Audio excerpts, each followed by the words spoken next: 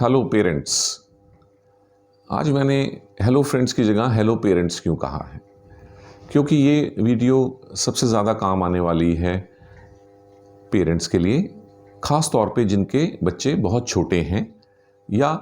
नवजात शिशु हैं। हर पेरेंट के लिए बच्चे का होना बहुत खुशी की बात होती है, लेकिन बेबी बॉर्न होने के बाद उनके ऊपर कुछ रिस्पॉन्सिबिलिटी भी आती है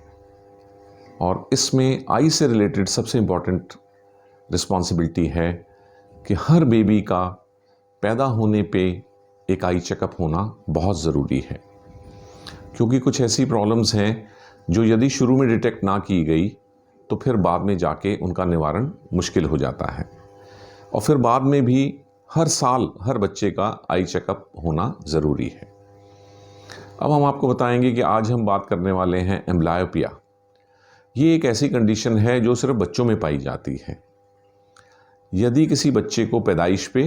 या शुरू के 5 सालों में चश्मे का नंबर आँख में आ जाता है और वो चश्मा इस्तेमाल नहीं कर पाता, या तो चेकअप नहीं हुआ या चेकअप होने के बाद पता भी चल गया तो भी बच्चे ने नहीं पहना, तो फिर उनकी आँख जन्म भर के लिए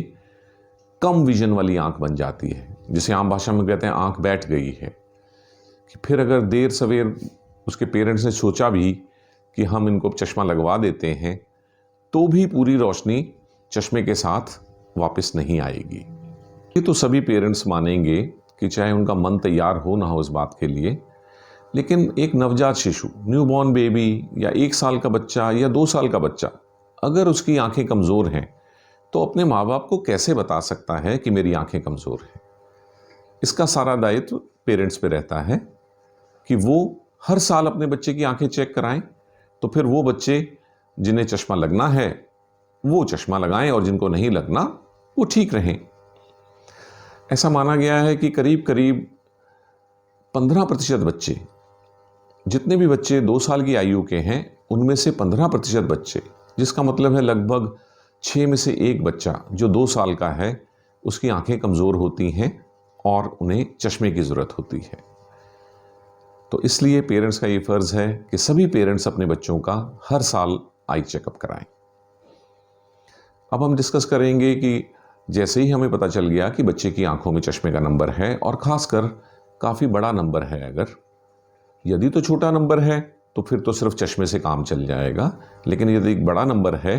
तो उस बच्चे की आंख थोड़ा बहुत कम देखना शुरू हो चुकी होगी और उसे एम्ब्लायोपिया थेरेपी या ऑक्लूजन थेरेपी की ज़रूरत पड़ेगी।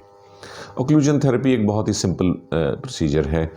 जिसमें बच्चे की एक एक आंख को बारी बारी से ऑक्लूड किया जाता है, क्लोज़ किया जाता है। अब इसके लिए पहले ज़माने में तो एक एक आंख पे पैच लगा दिया जाता था और बारी बारी से इस पैच को आंखों में बदल दिया जाता था, जबकि अब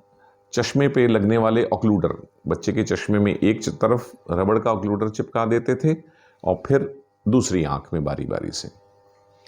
तीसरा सबसे आसान तरीका है कि बच्चे के 2 चश्मे बनवाए जाएं, उनमें से एक चश्मे में दाईं आंख का शीशा दूधिया हो और दूसरे चश्मे में बाईं साइड का, और बच्चे को समय समय पे ये चश्मे बदल बदल के पहनने के लिए कहा जाए। ऐसा देखा गया है कि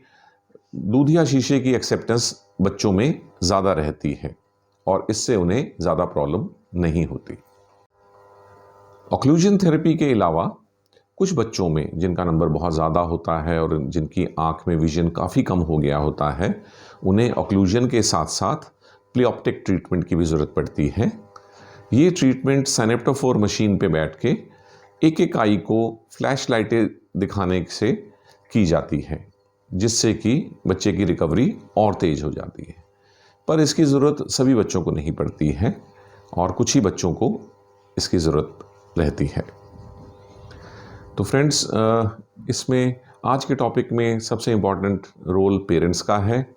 जिन्हें सिर्फ एक स्टेप करना है, अपने बच्चे को आई स्पेशलिस्ट तक लेके जाना है। फिर वहाँ अगर कोई कमी नहीं निकलती है तो कोई प्रॉब्लम नहीं है, और यदि कमी निकलती है तो उसका समय पे इलाज हो जाए ताकि बच्चे को लो विज़न सारी उम्र झेलना ना पड़े। हमारे पास ऐसे भी यंग पीपल आते हैं जिनके माँ बाप ने उनको समय पे चेक नहीं कराया था और अब वो 20, 25, 30 साल के हो गए हैं और उनकी आँख परमानेंटली लो विज़न में चली गई है। सो अपने बच्चे के हित के लिए ये ज़रूर ध्यान रखें कि यदि आपका मन नहीं भी मानता है कि मेरे बच्चे को चश्मा लग सकता है, तो रियलिटी को फेस करके उसका आई चेकअप कराएं। आई कमज़ोर है तो है, नहीं है तो नहीं है।